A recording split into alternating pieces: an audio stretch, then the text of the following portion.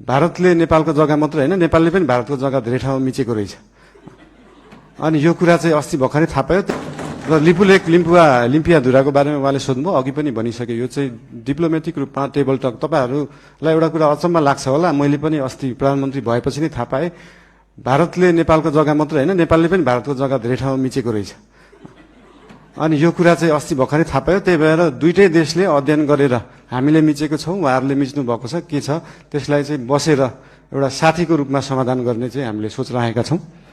यस सम्बन्धी नेपाल सरकारले अफिसियल रूपमा डिप्लोमेटिक नोट भारत सरकारलाई पठाइसकेको छ र त्यसको जवाब पनि आएको छ। त्यो जवाबमा चाहिँ दुईटै सरकारले आफ्नो इतिहासविदहरू राखेर, आफ्नो सर्वेयरहरू राखेर, आफ्नो भूमि सम्बन्धी जानकारी भएका व्यक्तिहरू राखेर टेबल टक मार्फत यो कुरालाई समाधान गर्ने कुरा भएको छ। र यस सम्बन्धी हामीले भारत र चाइनालाई मात्रै नभएर इंग्ल्यान्ड सरकारसँग पनि कुरा गरेछौं। उहाँहरूले ब्रिटिश इन्डिया छोड्दै गर्दाखेरिको समस्या अहिलेसम्म हाम्रोमा भइरहेको हुँदाखेरि यसमा चाहिँ इंग्ल्यान्डले पनि सरकार राख्नुपर्छ भन्ने हाम्रो मान्यता हो। यो सबै कुराहरू टेबल टक डिप्लोमेटिक हिसाबले भएर समाधान हुने जानकारी गराउन चाहन्छु।